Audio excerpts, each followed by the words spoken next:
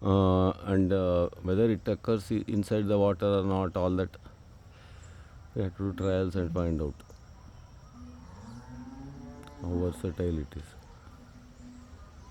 And then all these plants, every plant has spiders. That's what I'm discovering as I look more and more. All kinds of spiders are there, camouflaged and all. They are hiding in these kind of places where they can get some prey,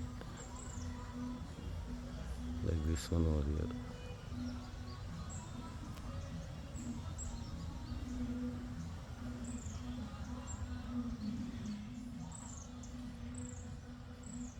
So now I think we saw the flower. You can see the leaf next. Yeah, here it branching also has happened. So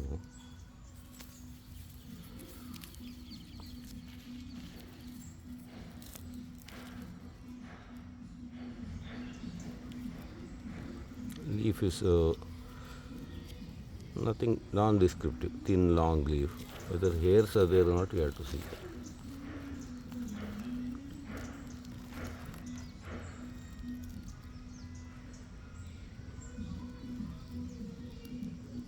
I don't see any hairs.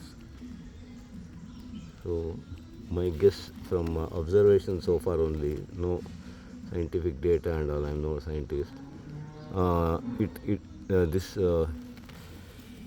That lack of hairs means it is one of that C3 grass. One thing, that is my guess. And then also it doesn't need those bristly hairs for moisture gathering, because it's already in a wet place. So it could be evolved for such locations. So stems these joints also are hairless.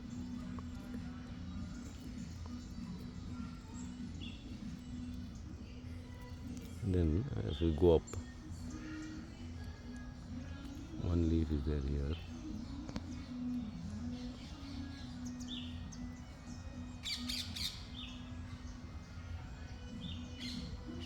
I don't see any big hair in this. Then flowers are, that inflorescence is starting from here. This one seeds have already fallen off, but we can get the general structure by looking at it. So if I take out this one stem,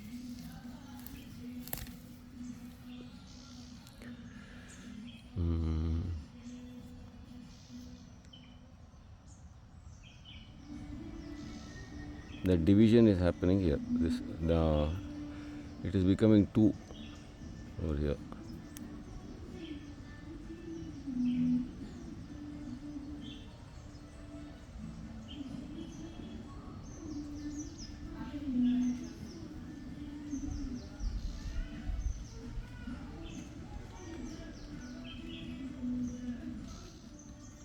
So dividing is happening, and then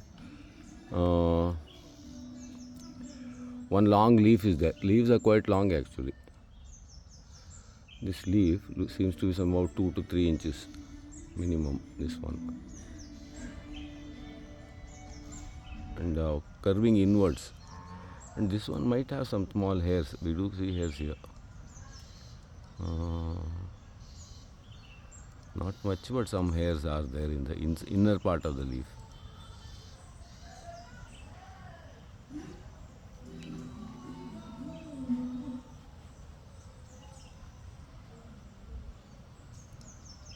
I hope it is visible, but to my naked eye I can see some small hairy structure in the leaf. The rest of it appears to be non-hairy. So this is one stem.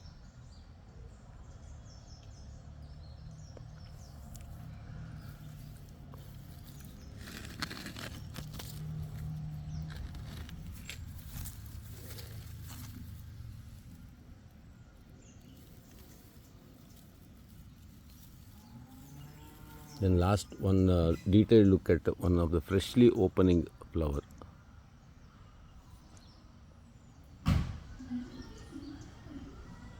So here it is starting actually.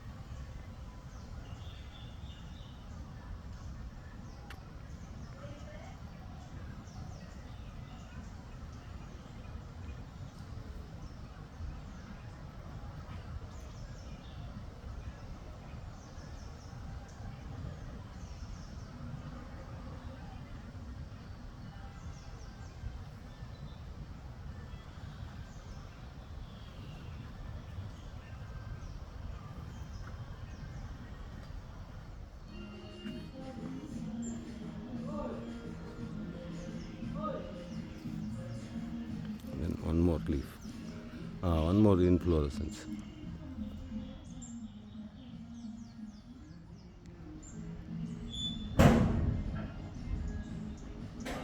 Lot of aphids are there in these grasses. They're prone to aphid attack. And these ants also visit quite a bit, and some of them maintain these aphid colonies. That too, when the water stress, it seems to be more.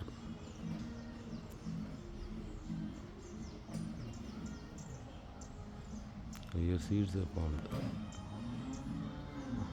But otherwise, parts are too small for much to do justice to the individual flowers and all.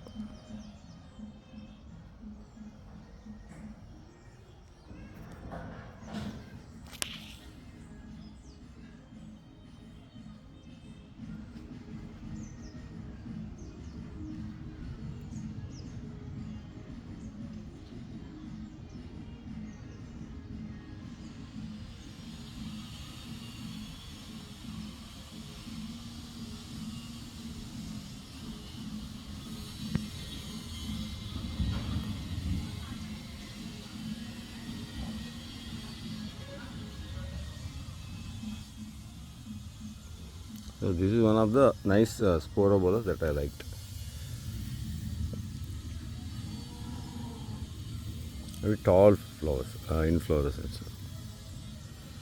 That much.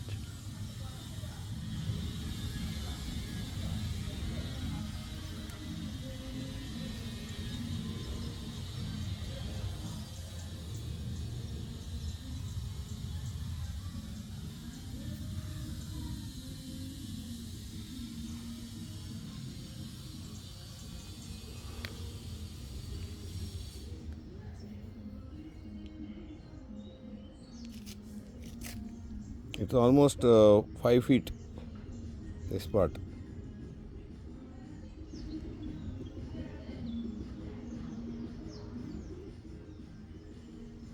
So this is one of the interesting Sporobolous.